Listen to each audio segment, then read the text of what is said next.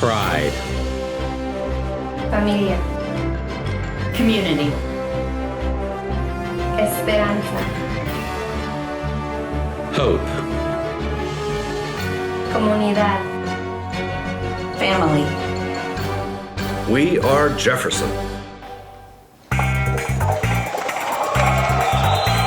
our studios in beautiful downtown Jackson, please welcome your host, Christopher Shaw.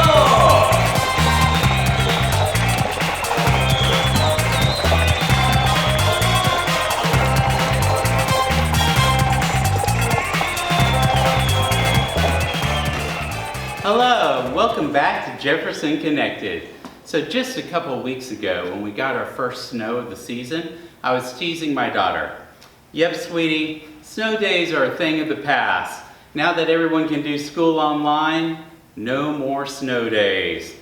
Well, I certainly had to eat my words this week. After the ice storm of the century took out power and internet to the entire Willamette Valley, it looks like snow days are still a possibility and on the menu. It was pretty crazy seeing all the damage in the area, but after the roads cleared, Jefferson employees got back to work preparing for the return to in-person schooling, and with March 8th rapidly approaching, today we check in with Kathy Emmerich, the high school principal, to find out about their preparations and what we should expect to see at the high school. Hi Kathy, so how long have you been the principal and worked here at Jefferson? I have been the principal at Jefferson High School since April of 2005. I'm in year 16. I couldn't be happier. I've stayed here because I love this school and I love this community, and I can't think of a better place to spend my career.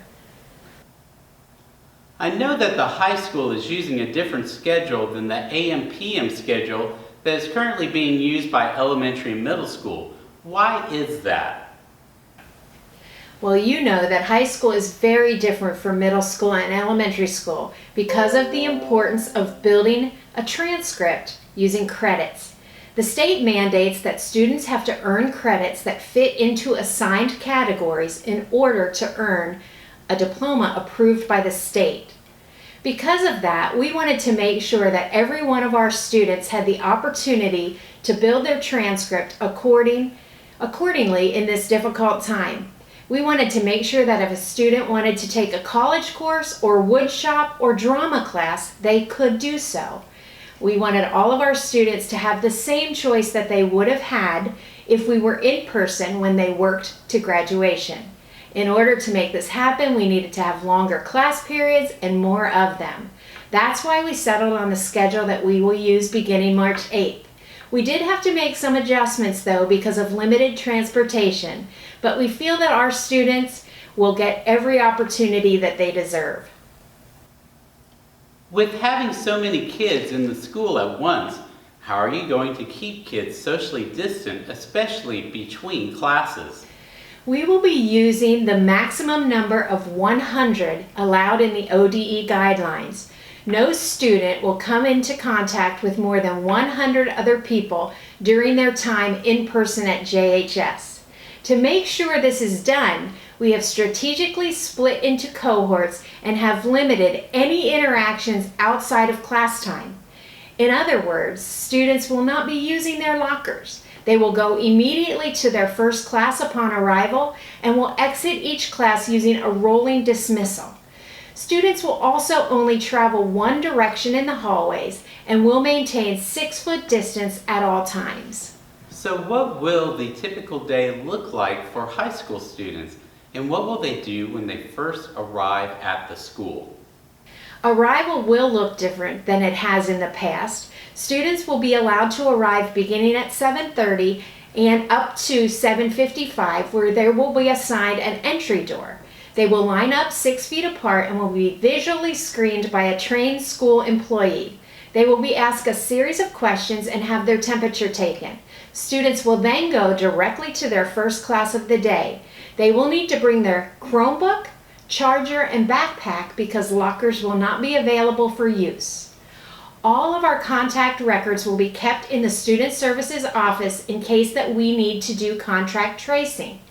Students will need to wear a mask when entering the school grounds and keep their mask on at all times during their day. So what happens if someone comes up positive for COVID-19? What protocols are going to take effect? We have very clear guidelines about notification, which can be found in our JHS blueprint. Will students receive a COVID-19 test without their parental permission? This is a great question, and there's been a lot of misinformation about this very question. Students will not be tested without parent permission. If a student doesn't look or feel well, they will be taken to our isolation room with a trained staff member. The staff member will immediately contact that student's parent, who will advise us to what happens next. Because Marion County is still in the extreme category, we will have self-administered COVID tests available. If the student's parents decide they want their student to self-administer the test, they can do so. If the parents want to take the student to their doctor or clinic, the test can be administered there. With students in school throughout the day, how's that going to affect cleaning and maintenance? We have designed a comprehensive classroom schedule and a comprehensive custodial plan. It's tricky, but we have great custodians, so they will make it work.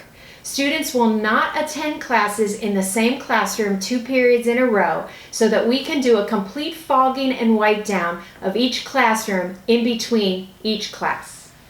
What about the bus schedule? Will they be arriving and leaving at the same time as the middle school and elementary?